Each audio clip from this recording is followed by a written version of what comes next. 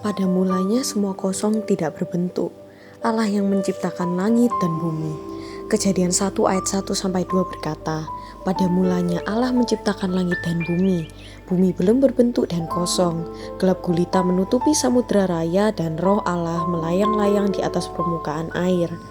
Tuhan Yesus sebagai anak tunggal Allah mengosongkan diri karena taat dan setia kepada Allah Bapa, menjadi manusia berkorban sebagai penebus dosa. Pengosongan diri Tuhan Yesus adalah teladan bagi setiap kita yang mengikut Tuhan untuk menyangkal diri, hidup taat dan setia kepada Tuhan. Filipi 2 ayat 6-7 berkata, yang walaupun dalam rupa Allah tidak menganggap kesetaraan dengan Allah itu sebagai milik yang harus dipertahankan, melainkan telah mengosongkan dirinya sendiri dan mengambil rupa seorang hamba dan menjadi sama dengan manusia. Mengosongkan diri dilakukan oleh Rasul Paulus sebagai pengikut Tuhan Yesus dengan hidup untuk Kristus. Galatia 2 ayat 20 berkata, namun aku hidup tetapi bukan lagi aku sendiri yang hidup melainkan Kristus yang hidup di dalam aku.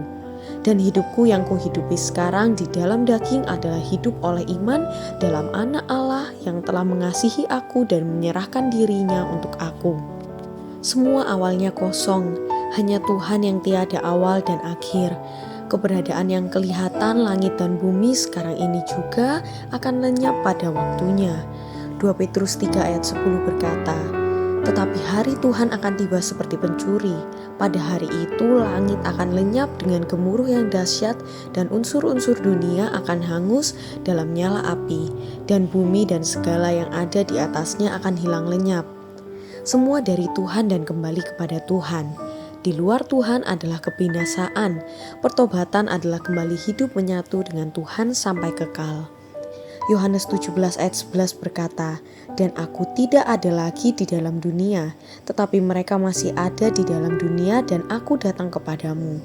Ya Bapa yang kudus, peliharalah mereka dalam namamu, yaitu namamu yang telah engkau berikan kepadaku, supaya mereka menjadi satu sama seperti kita. Ketika sebagai manusia, Tuhan Yesus berdoa memohon kepada Bapa yang kudus untuk manusia menyatu kembali dengan Allah Bapa. Hidup dalam Tuhan dalam kebenaran adalah menyangkal diri, hidup untuk Kristus dan mati adalah keuntungan karena kembali kepada Allah yang mengaruniakan hidup. Penderitaan adalah hati yang menjauh dari Tuhan. Hidup mementingkan diri dan membangun keakuan adalah sia-sia karena semua akan lenyap. Tetap semangat, berlatih dan bertumbuh menyangkal diri, hidup dipenuhi Roh Kudus, dipimpin Tuhan adalah kebenaran hidup.